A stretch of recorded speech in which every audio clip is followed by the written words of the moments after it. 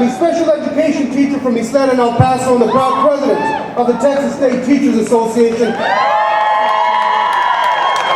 I'm proud to stand here with you, not only with my daughter, but my wife who's also a first grade teacher here up front.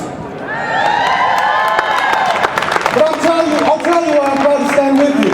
Because I'm standing for our students, for my fellow educators, and for the public schools where teaching and learning, not high-stakes testing, should be the top priority of elected officials.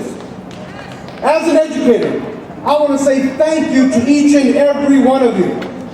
In tough times, it's easy to get dejected. But I'm here to tell you that we are not alone. The majority of Texans of both political parties, they stand with us. Most Texans of both parties believe that we should use the rainy day fund to increase funding in our public schools.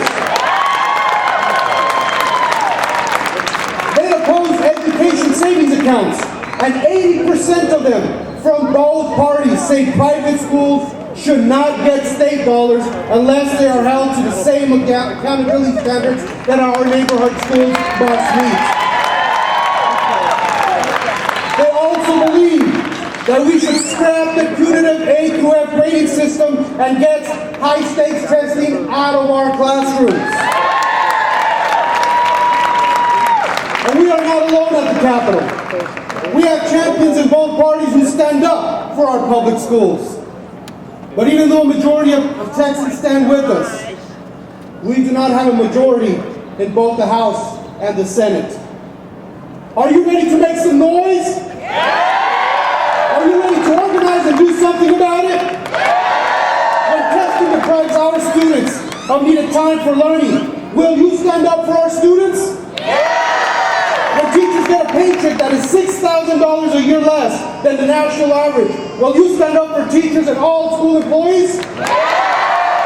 When some in the Capitol try to divert tax dollars to private school vouchers at a time when our public schools are woefully shortchanged, at $2,600 per pupil below the national average. Will you stand up to the privatization forces and stand up for our public schools? Some in the Capitol are waging an attack on educators, but they will not prevail.